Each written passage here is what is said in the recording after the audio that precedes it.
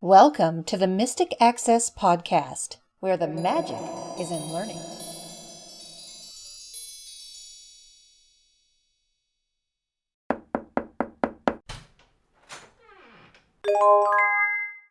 Hello, everybody, and welcome to the May 5th episode of the Mystic Access Podcast. She's Kim. He's Chris. And we have lots of stuff to talk about as normal. First of all, we wanted to let you know that if you missed April's free class, because it was early this month, and we did that on purpose, because we wanted to make sure you were able to take advantage of all the cool resources that are currently available for free. Now, we don't think the resources themselves will be going away anytime soon, so don't worry about that.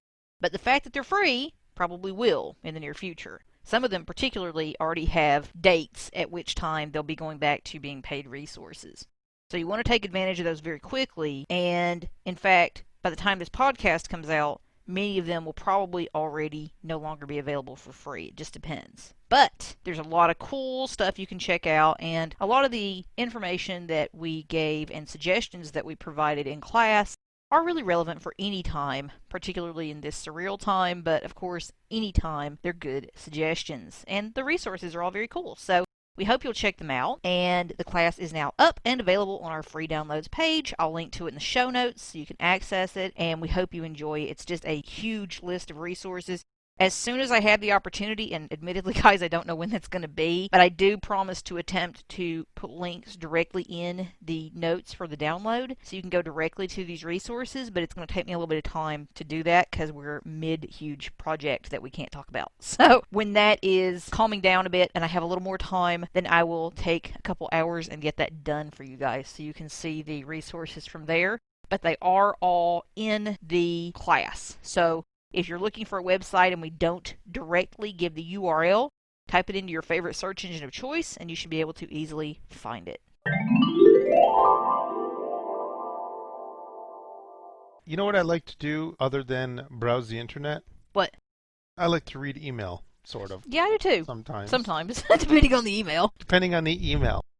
I have recently switched from Thunderbird to Outlook, and recently was within the past year. And I have a love-hate relationship with Outlook, as the majority of people do, and this is Outlook, not Outlook Express, so this is the Office version that comes with Word, Excel, and that. But one thing I like to do is I like to make my Outlook just a tiny bit different from somebody else's Outlook, maybe Kim's Outlook or what have you. And to do that, I like to add Outlook extensions that can add, kind of like extensions in a web browser, other features that aren't native to Outlook itself. I'll give you a perfect example. When Kim and I correspond with people, we often CC or BCC a group of people that may have to be part of that conversation moving forward.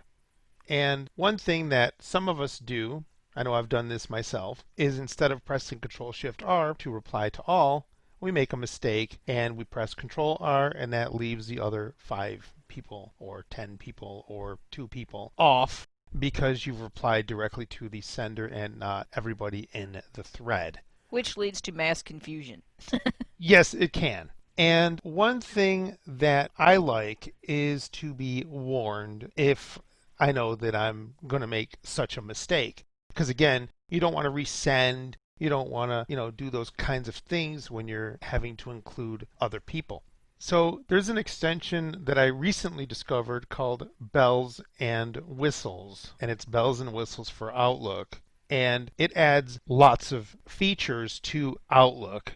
Here's another example.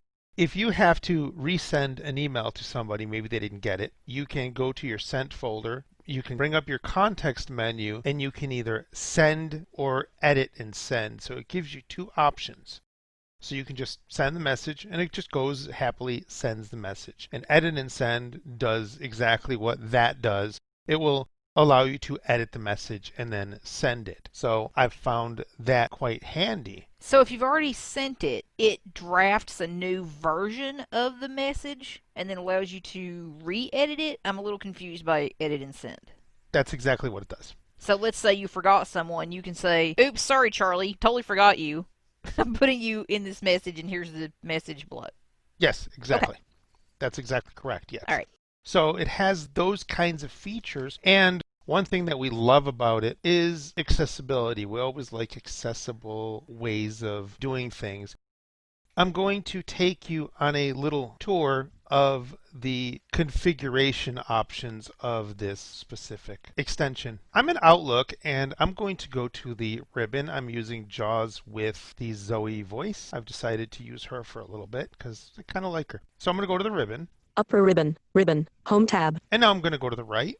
send/receive tab, view tab, help tab, bells and whistles tab, And there's bells and whistles. Now if I tab, bells and whistles, options button, there's bells and whistles options. If I hit the space bar, space, leaving menus, leaving ribbons, bells and whistles options dialog, OK button, now we're on an OK button. There's one thing that I don't like about this specific interface, but it's nothing that's a big deal. You have a bunch of categories, if you will, kind of like the options within Outlook. You have your general, your mail, and you down arrow to any one of those.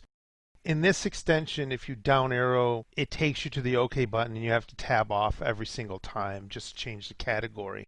It's kind of annoying, but it's not a showstopper. Especially with a lot of these options, you would set it and forget it. cancel button, bells and whistles options list box, mail, 1 of 5, So do you shift tab to get back to that because it lands you on OK? You could do either way. I Okay. just tabbed. So now I'm going to continue to tab. These options are grouped in profiles that will be applied to messages depending on recipient's combo box.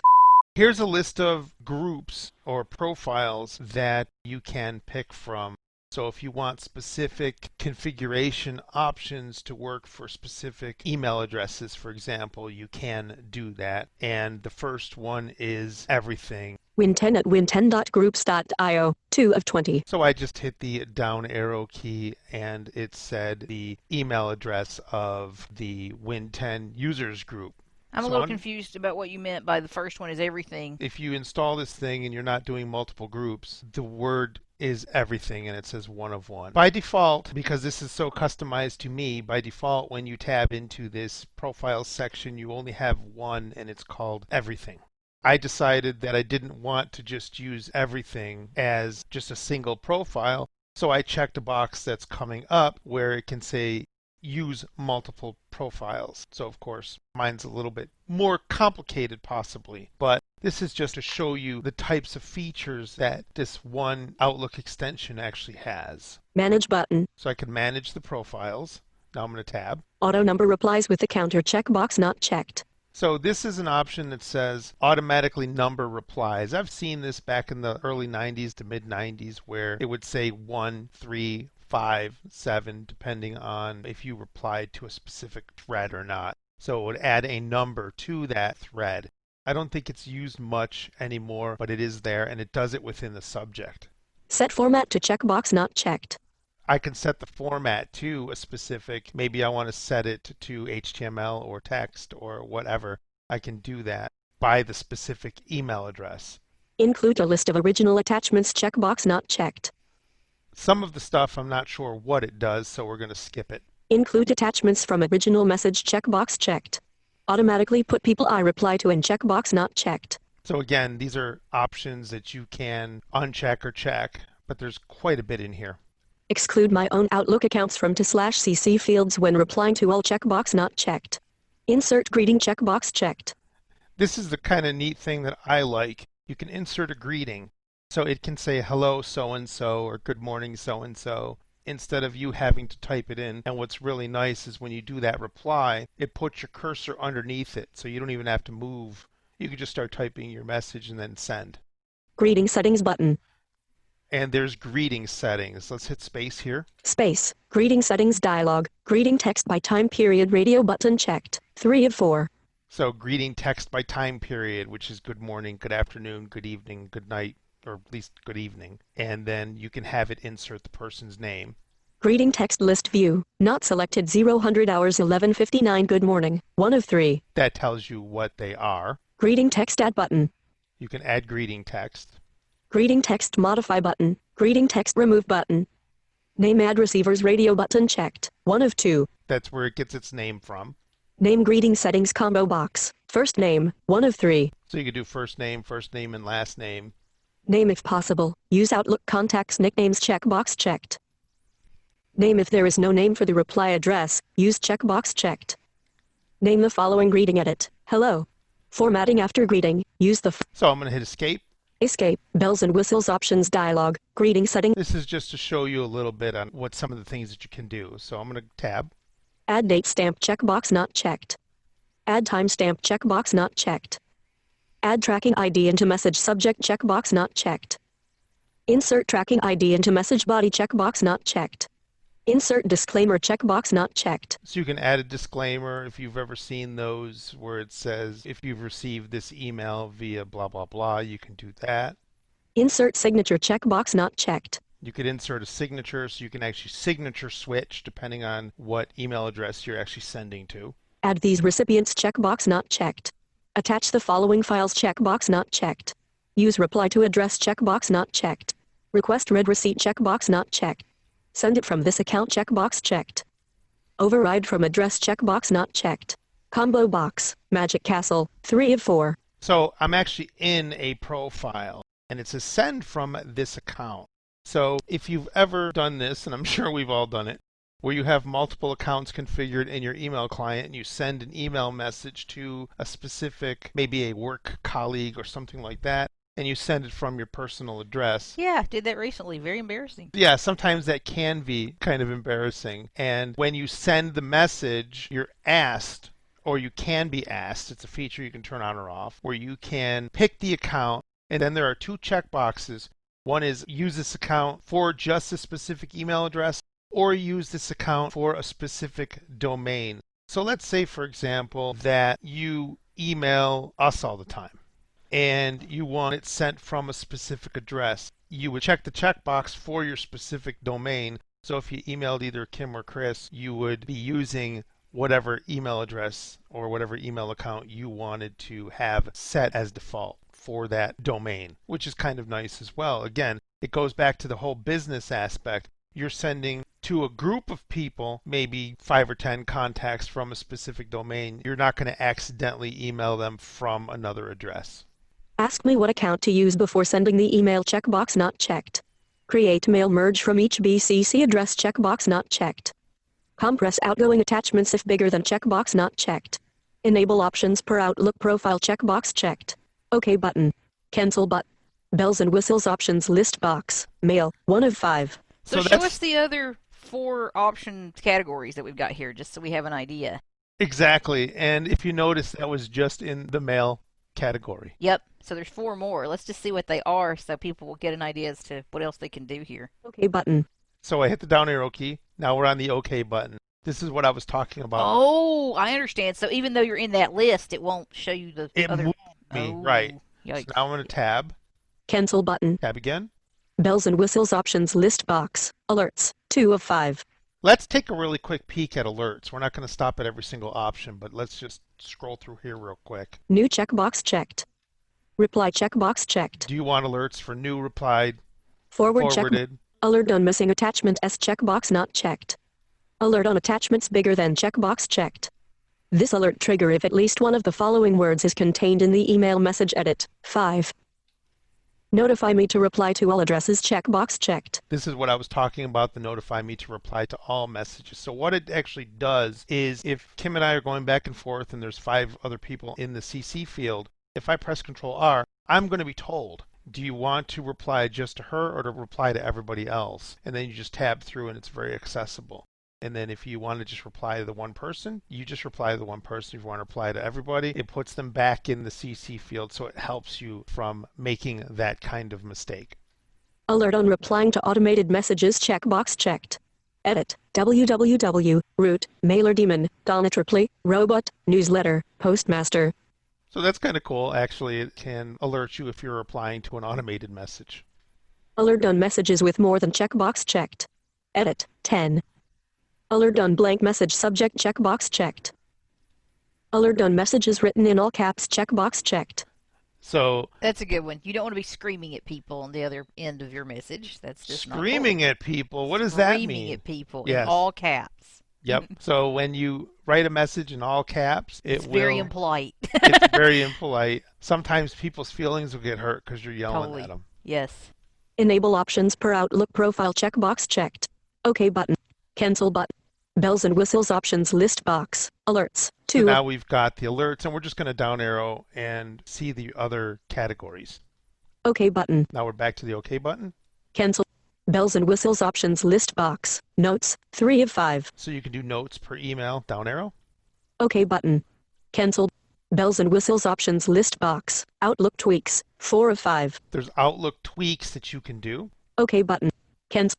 Bells and whistles options list box. Troubleshooting. 5 of 5. And there's your troubleshooting. So those are your 5 categories. So if I'm interested in learning more about this add-on, where do I go? How do I get it? And how do I install it? You install it like you would any other extension or any other application. It has an installer that will actually install it into your Outlook. You go to outlook-apps.com and you can check out bells and whistles.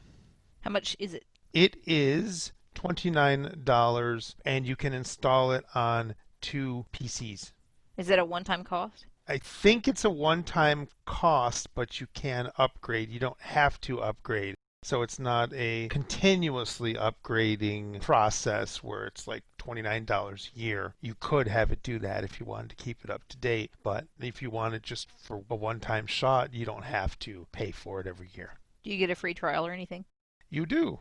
Cool. So you can try it for free. One thing I will note about it, when you install it, it brings up a window in your browse mode buffer for your screen reader of choice, and you want to go down to the bottom of the page, and there is a link that you have to press enter on, and then it will load the extension, and you have to do that every time you close and open Outlook while it is a trial.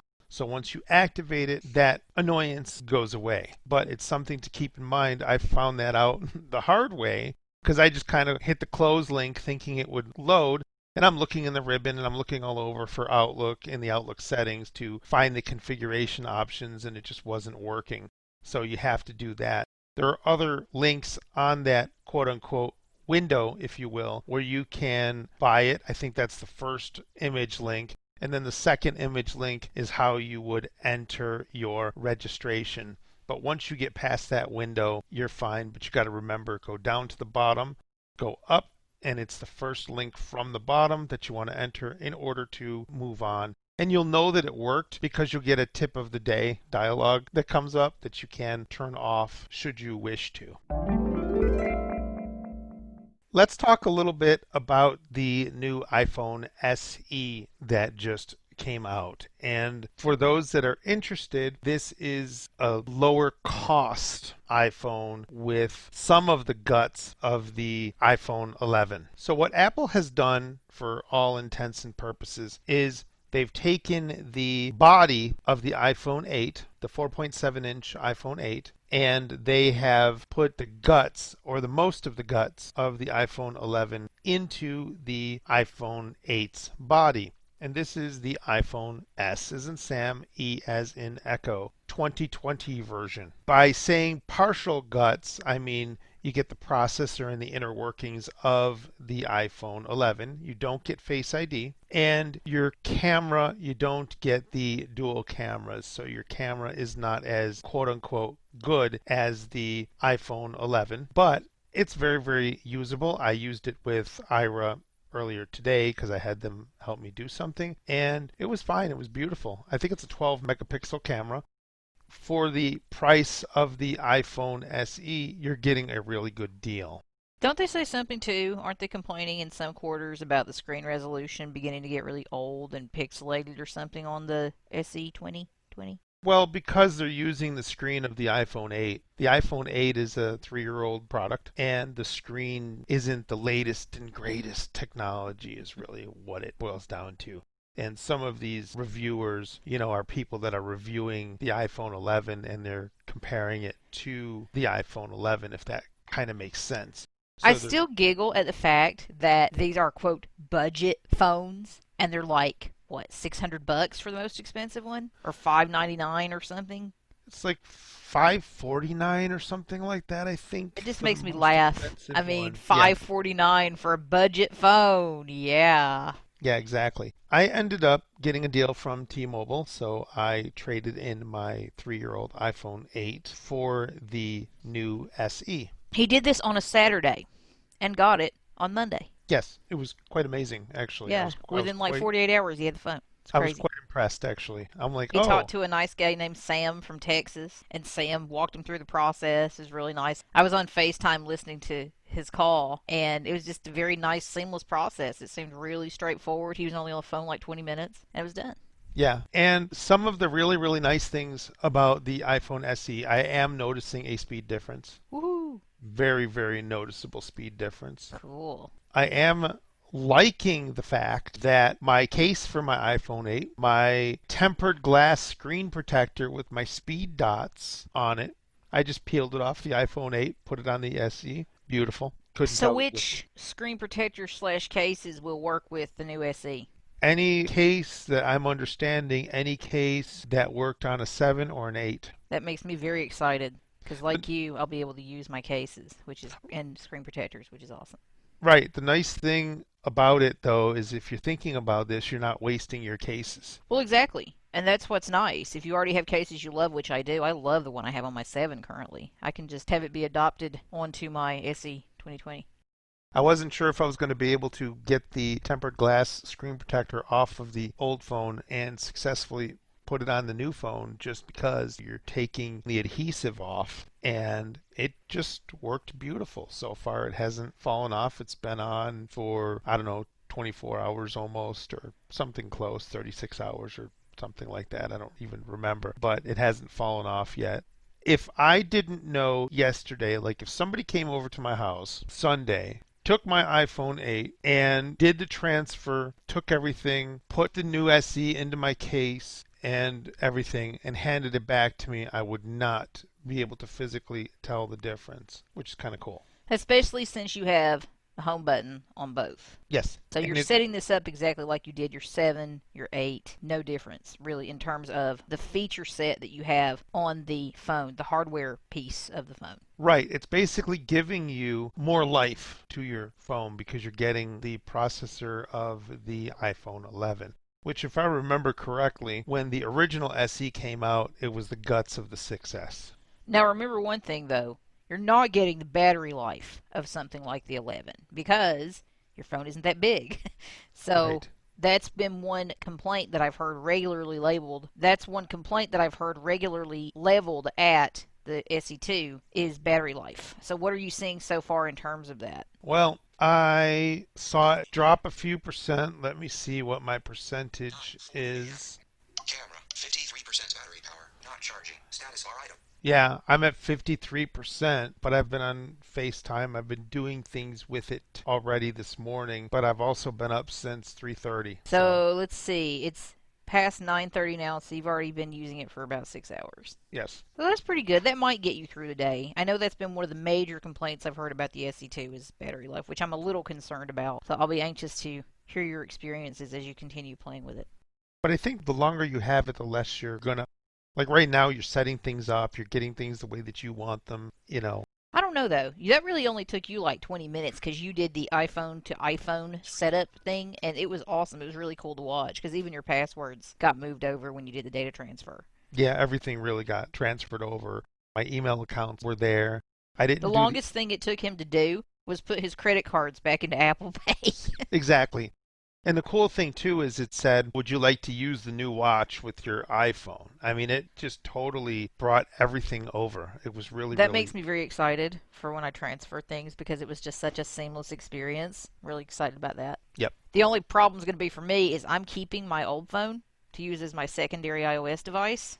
Because sometimes I like to have a secondary device and it's still working great, so why do anything to it? I'm only going to get like $100 for it if I traded it in. I'm thinking, to me, it's a better experience to just go ahead and keep it. Go ahead and get an SE and then transfer the data. So I'm just going to make sure what lives in what case or I'm going to be really extra confused. Yeah, you'll have to put a Braille label or something on your... Put a Braille label on my phone. The other thing we wanted to talk about Speaking of is... phones and iOS. Exactly. Is In our last class, the April 16th class, we were talking about XM radio. And we demoed this on a recent podcast as well. I took you through and showed you the app, what it's like if you haven't played with it lately, because there is currently still, you still have time to check it out, a free trial of XM through May 15th that you can access via the app, either for iOS, Android, or I believe Fire OS as well. However, there is another app that allows you to easily and intuitively access SiriusXM. The app is called Star Player X. Let me see how it's spelled, because I don't think it's spelled. Characters. Cap S. T. A. R. Cap P. L. A. Y. R. Cap X. X-ray. So there's no E in player. Star Right. Play R X. So this app is an app that somebody recommended because it is an alternative to the SiriusXM app. So And maybe he really likes it because the format of how things are laid out is a little different. And it makes it very intuitive, and it's just a different way to view the same information. And he thought it was really cool. I'm very glad he shared it with us because it is pretty neat. Star Player X. So I'm going to double tap the icon. Star Player X. Logging in. Categories. Heading. So it's self-voicing because I just heard Samantha. Only that part is self-voicing. Okay. So she goes Star Player X logging in, and it's already logged in. If it wasn't logged in, obviously you'd be prompted for your SiriusXM credentials. So I'm going to flick to the right. Music. Heading. Pop. Rock. Hip-hop/R&B. Alternative. Artists. Christian. Country. Dance/electronic. Family. Hard rock/heavy metal. Jazz/standard/classical. And if none of this interests you, you can rotor to headings, Headings. and then you can flick down. Talk. Heading. There's your category for talk. Sports. Heading. There's sports, Other. Heading. other, Heading not found. and that's it. So you also have two tabs near the bottom of the screen. You've got Other. Heading. Selected. Channels. Tab. 2 of 2. your channels tab, and that's 2 of 2. And you've got Login. Tab. 1 of 2. your login tab. So once you're logged in, you're going to be spending all of your time in the channels tab. Selected. Channels. Tab. 2 of 2. So I request that we go to jazz and something because we haven't done anything like that in a while. Other. Heading. Sports. Top music. Heading. So I just flicked up to music, and I'm going to flick to the right. Pop. Rock. Hip-hop. Alternative. Artists. Christian. Country. Dance/family. Hard rock/jazz/standard/classical. There you go. Search field. So now there's a search field. You can search, or if you don't want to search because you don't know what you're looking for, which in my case I don't, I can flick to the right. 66 watercolors. Brian Bromberg Ellen. 67 real jazz. Modern jazz quartet. Ralph's New Blues. So it's giving you the number of the station, the name of the station, the artist, and the song. 68 Spa. Dan Chadburn Stillness. 69 Escape. Frank Jacksfield. The Things We Do for Love. 71 Seriously Sinatra. Louis Prima/Phil Harris. I Wanna Be Like You. 72 on Broadway. Green Day/the cast of American Idol. 21 Guns. 2009.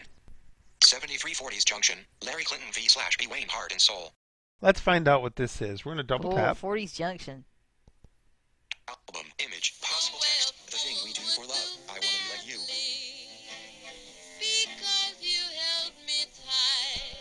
Double tap to stop the music. Two-finger what's on double the tap, screen? that is. And we're going to flick to the right. Selected. Play pause button. There's your play pause, so you could have done that as well. And there's your stream There's volume. your slider. What was that, a slider or a volume? Stream volume 100%. Oh, cool, stream volume. Okay, I'm sorry, I didn't hear that. Cool. Yep. Login tab 1 of 2. And that's it. Let's go back. Stream vol selected. Album image one face adult sign possible text Larry Clinton through the years. So there's the Selected. album, Larry which is Clinton cool. v/B Wayne. Exactly. Heart and Soul. And then what was that right there? Album selected. Larry Clinton v/B Wayne. Heart and Soul. That Okay, must there's your song. right. Now I'm going to flick to the left again. So it pretty much put us near the play pause button when we started this music. 7340s Junction heading. There's your station number and name. Jazz/standard/classical back button. There's your category and the back And your button. back button. Jazz/standard/classical back button. So if I hit this, Jazz selected. 7340s Junction. Larry Clinton v/B Wayne Heart and Soul. So it puts you back, which is one of my real annoyances in an app. This one doesn't do it. It puts you directly back where you were, which is awesome. It doesn't take you to the top, right? Which is one of the things I was complaining about pretty vociferously with the XM app. Well, you can buy this for 99 cents. Now, a couple things it does not do. It does not allow you to favorite stations. And to me, that's a problem because I like to favorite stations. Chris knows I customize everything to within an inch of its life. And I have my little group of favorites, and those are the ones I really play with a lot. Little so group not of being able favorites, to do she that. says. Now he's making fun of me. But yeah, I like to play with my favorites. Also, is there a way from here to get to the on-demand stations? Have we just not gone far enough in this grouping to see them? Where are they? I believe. It's a little confusing because in the release notes for the app, it says that all of the stations aren't supported, which that may be. So you may not get all of the, and what we mean by that is there's a whole bunch, there's at least 100 or more, quote, on-demand stations. So they're essentially playlists that you can play and enjoy and access via other stations that aren't part of the, quote, core category, that's my own name for it, of stuff that you get via the Sirius XM stations. Right, and I think, let me see real quick. Categories, back category. Gotta go back. Categories, heading. Now I'm going to find other. Music, talk, sports. And Chris is purposely holding this away because it's obnoxious, so he's just looking for this while we discuss it. All other heading. So we've got other. All. Let's hit all. Search field. So again, you have a search field. Right. So now we're going to flick to the right. 2 Serious Hits 1. Post Malone Circles. So this is Post Malone. all of your stations. 3 Pandora Now. Ebenezer Flaws and All. 4 Soul Cycle Radio. Jesse Reyes / Eminem Coffin. So I'm going to see if I can flick up with 3 fingers. Rose 131 to 100. So Chris is just flicking up multiple times now. 826 Pittsburgh Steelers. Pittsburgh Steelers. Okay, you're in sports. /live sports. Yep. So there's live If you're sports. if you're a Steelers fan, there you go. 825 Philadelphia Eagles. Philadelphia Eagles. So there's sports channels. So keep going up. Maybe I was wrong.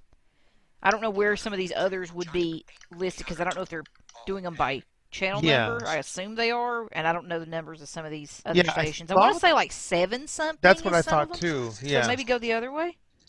There's one called Velvet that I really like. That's vocalists. Focus on vocalists. What is this one called? Velvet, and Velvet is I think 7 something. Okay, let's try this.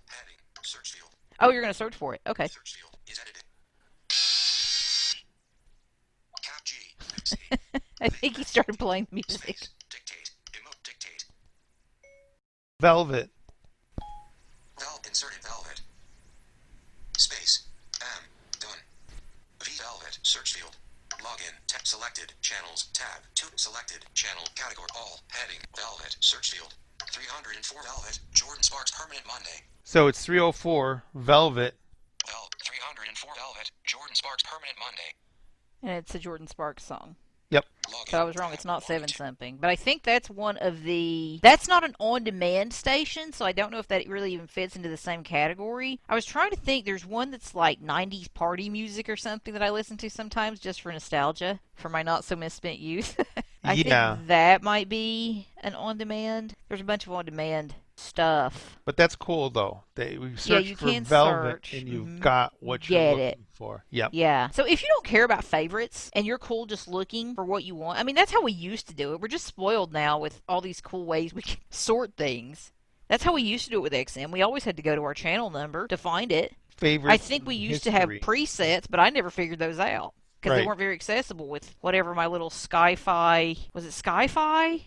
Sky-Fi or something like that. There was I think Sky-Fi was one of the receivers. Mi-Fi. Right. Yeah, that was what I had, I think, was a Sky-Fi something. I still have it somewhere. But I like this because it is easier to deal with. If you don't want to mess with the regular SiriusXM app, this is only going to put you back 99 cents. And I think it's worth it to support the developer as well. Absolutely. It's worth $1 to support a developer who's doing really nice, accessible work. If you use it once, who cares? For less than the price of some fries, you can access a really cool app and support a developer doing really nice, accessible work at the same time. The price of some fries. That's right. Is that a segue? Are you craving some fries right now, I perhaps? might be. Chris has, all this is not enough, if he hasn't gotten enough goodies recently, we saved the biggest goodie for last. Tell us Yeah. about it, Chris. And I'm gonna blame the big R. Is that the big R's fault? I don't think he went in and forced you to do anything.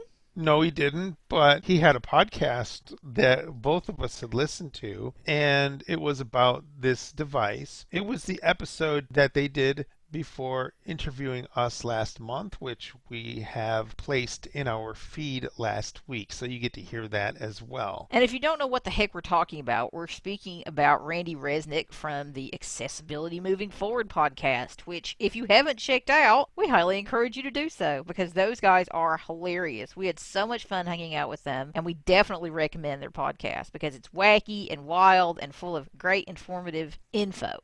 So They we don't think have you'd lots. be very pleased. They don't have lots and lots of episodes, but what they do, they have quite a bit. I was listening to one that was just released a couple days ago where Randy's at an aquarium, and I learned a lot about an electric eel. I know I don't want to be near one. They do have a lot of fun on their podcast. They have our own kind of sarcasm, so we have a lot of fun listening to them because we're kind of like that off air. Okay, we're definitely like that off air. What I did was my talking microwave that I've had for quite a number of years has decided to not microwave stuff like it used to. It's dying. Right. So I wasn't about to spend $400 on a talking microwave or close to it. And I listened to their podcast, Randy and Bill, on the Amazon Smart Oven. And I've been kind of thinking about this oven for a little while. And we all know Chris needs another Amazon appliance in his house. Definitely. Why not? I ended up measuring it and I thought, I don't really have a place for this thing because it's so big. And by measuring it, I was measuring the spaces where I thought it would be. So I measured by the measurements on the website and I thought, okay, well, this isn't going to fit, but I kind of want it anyways. I'll put it somewhere where it will fit. I'll find a place for it, I suppose. I got it and I thought, it's not as big as they said it was, at least didn't feel like it. So I put it where my original microwave was. And other than a little bit wider from front to back and a little bit longer from left to right, I was more concerned about the height. For me, it's not a problem. You just have to keep that in mind. I also got a Braille overlay for the panel on the smart oven. So you have different things like you have a start and pause button that's labeled in Braille. There's one with an ER sign and then an R, and it's an ER and then an S. So it's an ER sign and then the letter S, and that's enable remote start. So you can actually enable remote start for the microwave oven. It is a 4-in-1 oven for those that don't know. So you can bake, you can microwave, you can reheat, and you can air fry. It's got a keep warm function. You can roast stuff in it. And online, there is a plethora of food items that you can use in this. So it's particularly good for those of you who don't like to cook, don't have a lot of time to cook, and or would prefer to just grab something and cook it really quick, or at least cook it without having to do very much to it utilizing an A-Lady device. Or you have buttons on the oven. Chris mentioned that overlay. That can help you with those. That can assist you in doing things manually too, if you wish to. Absolutely, but I like to talk to my stuff. We know. So what you can do is you can give it commands, and using your Echo devices, you can ask it things like, when will my food be ready? And it will tell you that. It will say the smart oven or something will be finished at, and then it gives you the time. It doesn't say within 15 minutes or 10 minutes. Now, when I first heard the message, I didn't really care for that way of doing that where it gives me the time. But then I thought about it. I thought, I kind of like the time better because, if you're walking around doing something and you have a watch on or your phone on, you can just check the time and say, oh, in 1 minute it'll be ready. So you can do those kinds of things.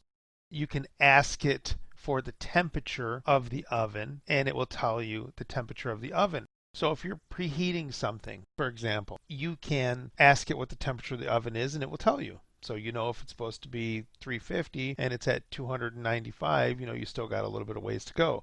What it will do though too is it will send you notifications to let you know, like if you're cooking something that needs a preheat, it'll tell you when the preheat is done, and then you put your food in and you hit the start button. Or in the And case of a burger, you had an experience today. yes, where you tell it to bake hamburger, and you have to be specific because there's a bunch of stuff. You can't say bake burger. So what you do is you say bake hamburger, and then if you don't add how many burgers you want to bake, it will ask you how many burgers do you want to bake. And you say 1 or 2. It can go up to 4. Then it automatically starts the oven for you. In that case, you put it in and give it the command, and it magically starts the oven for you. So let's take a little trip to Chris's kitchen and make some fries.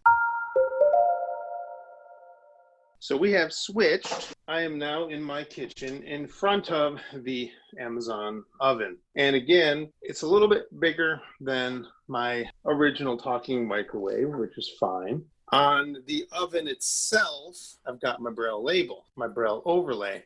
And you do have to install that. You do. It doesn't come on it. So you do that, and it's easy. It's not hard. No, if you can follow like 3 instructions. Even Chris could do it, so it's okay. You guys can handle it. Exactly. So we've got like air, AIR for air fryer. You've got MW. I'm not sure what that means. I mean, some of the stuff you have to learn what it means. There's CV for convection, and there's a bunch of other ones here. There's actually a little button on here too that you can press that button, and there's a specific echo that gets paired to the device, and you can pair it to that device so you don't have to say the magic word. So if you don't want to say the magic word, you can just press that button. And I don't know which echo this button is set up for, because what happens is with today's Amazon devices, if you have set up your Wi-Fi and saved it to your Amazon account for some reason in the past, maybe you have one Amazon Echo device and it says, would you like to save your Wi-Fi settings? You say yes, and it saves your Wi-Fi settings to your Amazon account. Moving forward, that makes setting up your other Amazon devices a breeze.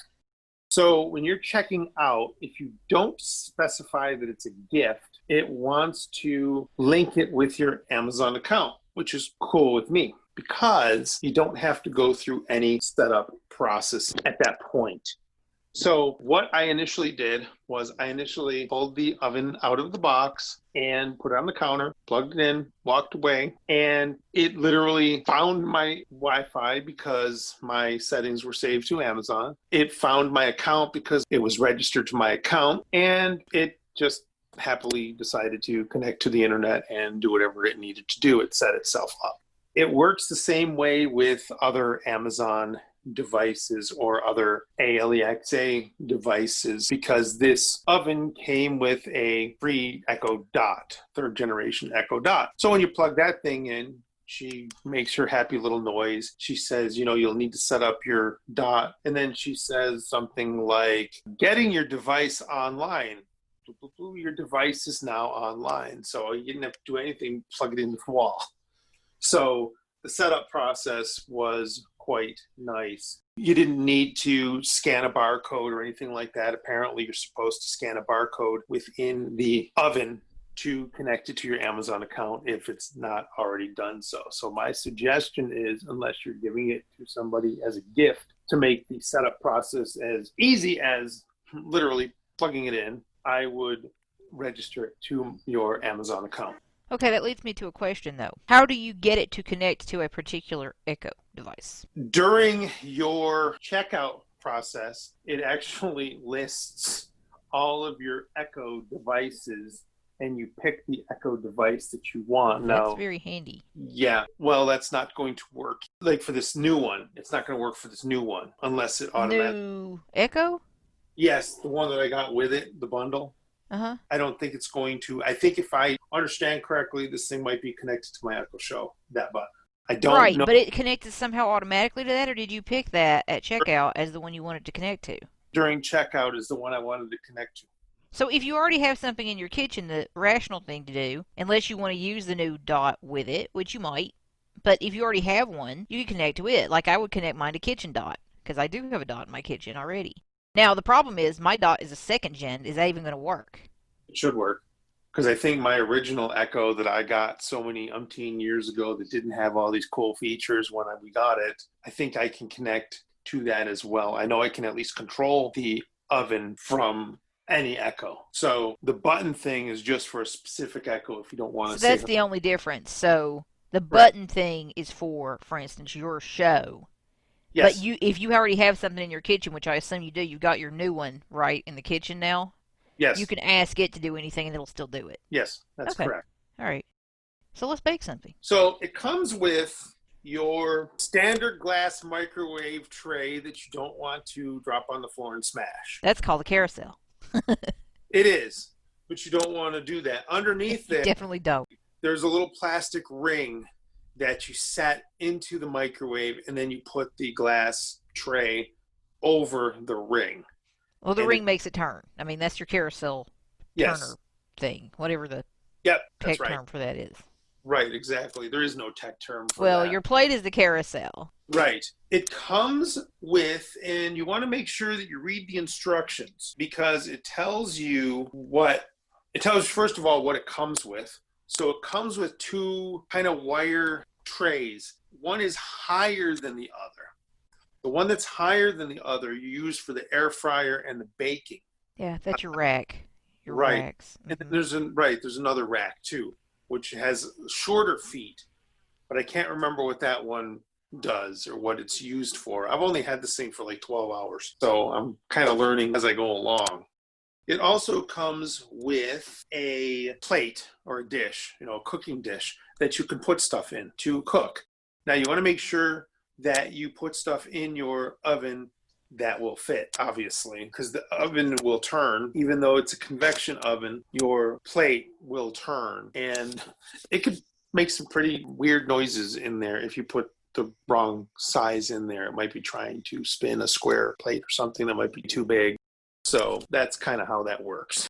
So what we're going to do is we're going to air fry some fries, and we're not going to let you listen to the entire air frying process because we'll edit it out for you. Yeah, because it might be a little bit too long or whatever. So what we're going to do is we're going to open these fries.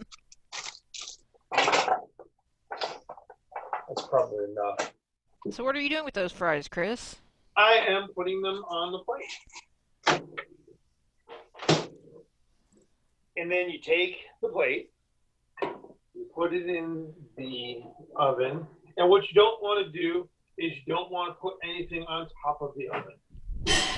So what you do is then you put the plate, by plate, I'm talking about the cooking plate, not like a dinner plate that it came with. I'm putting it on the rack with the larger feet, which is sitting on the glass spinning tray thingy.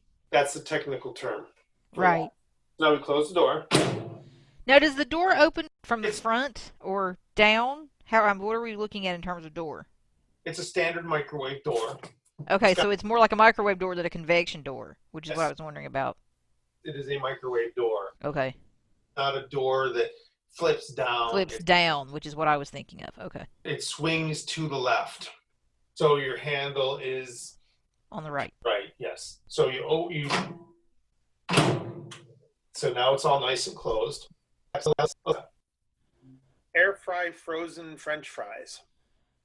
What's the volume of frozen French fries? 1. Sorry, the unit is not supported by that food item. Please try again by using a unit of volume. Air fry frozen French fries, 1 cup. For how long? I don't know, 10 minutes?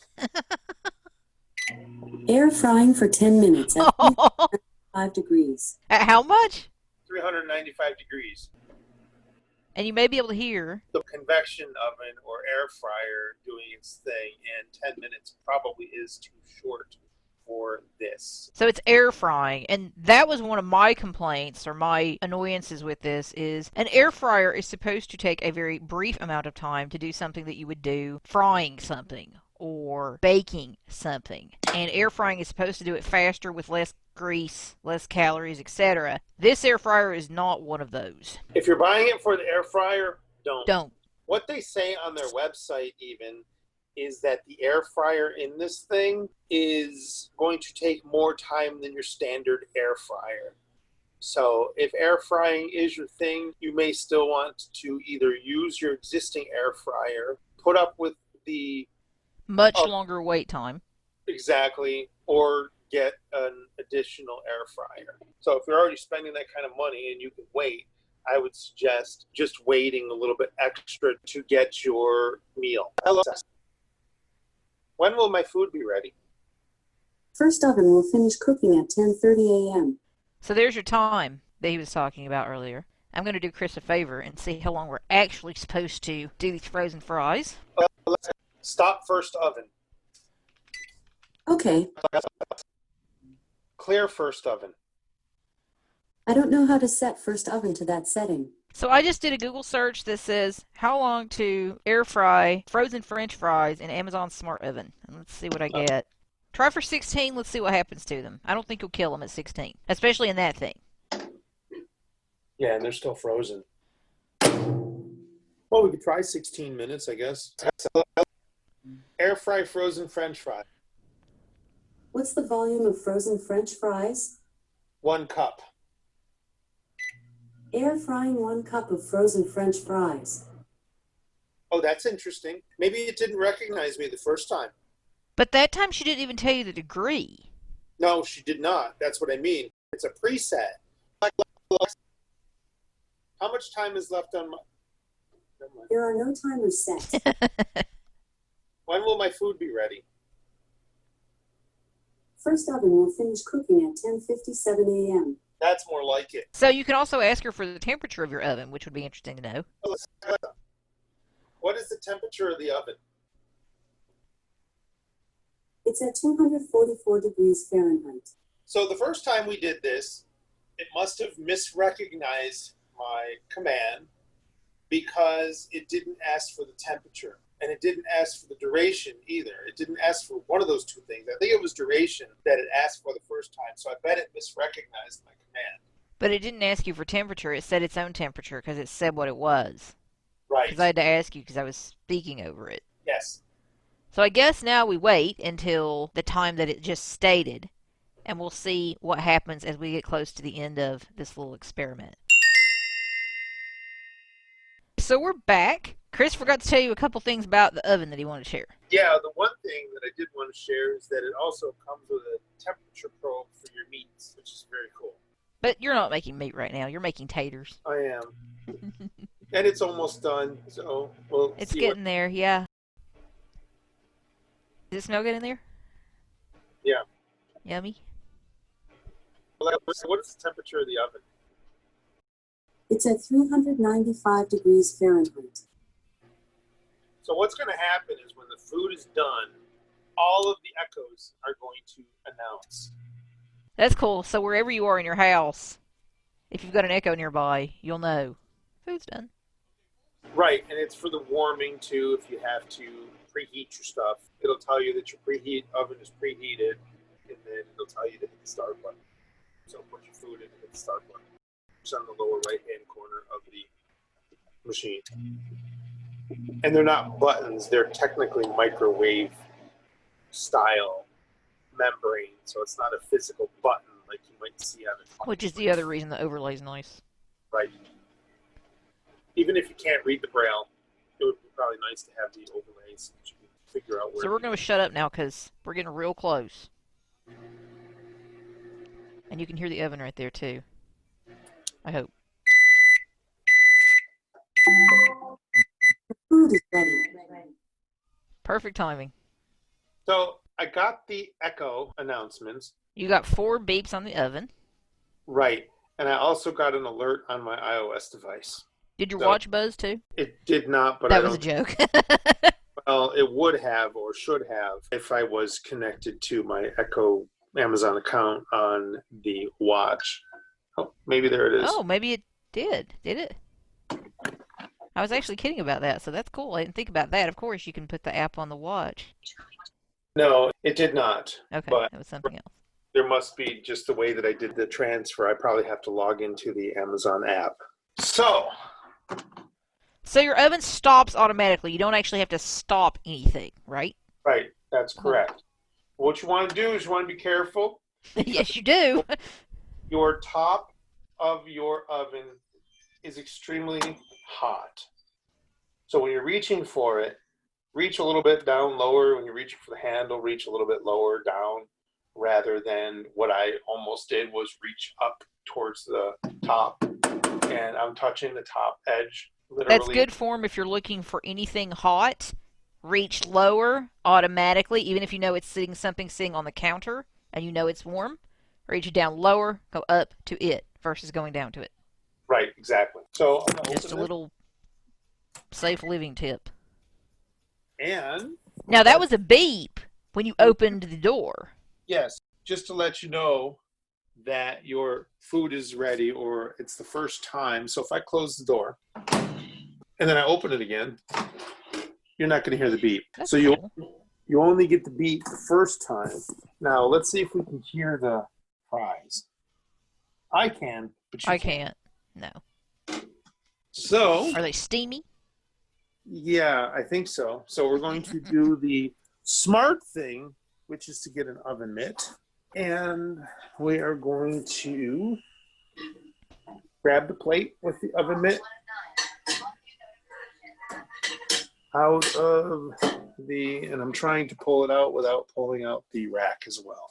So you got to be careful about that kind of stuff too. So lift up gradually on the thing that you're actually holding. That'll make sure you're not putting pressure on the rack and knock the whole thing out of your oven, which would be very bad. Well, it's not even that. You can actually grab the edge of the plate with the rack as well. So you want to be careful. You can actually grab it. So I'm sure you could because it's a rack. You could Right. grab one of the points on the rack. So safety first, guys. Safety first. We know you want to eat whatever you just made, but let's be careful. I want to eat what I just made. I'm sure you do. What'd you get, curly fries or something? They're steak fries. Oh, they're steak fries? Yeah. So on that note, we are going to wish you guys a wonderful 2 weeks, and we shall see you in May. We're reaching May. Wow. Yes. So, yes, we will see you very soon. Thanks as always for joining us. The preceding podcast is a presentation of Mystic Access, where the magic is in learning. If you are blind or visually impaired and desire to discover how our comprehensive products and services may support and empower your assistive technology journey, we welcome your visit at www.mysticaccess.com. Have a question or wish to place an order via phone? Call us at 716-543-3323. If you have something to share about this podcast episode, press 4 to reach our Mystic Access podcast comment line. Email us at info@mysticaccess.com. Connect with us on Twitter at twitter.com/mysticaccess and like us on Facebook at facebook.com/mysticaccessempower. Would you like to spread the word about our podcasts? Your friends and colleagues may listen and subscribe at www.mysticaccesspodcast.com. If you enjoy our episodes, consider leaving us an iTunes rating and review. Your comments are greatly appreciated. Thanks for spreading the word, and thanks for being a listener. We hope you enjoyed this episode.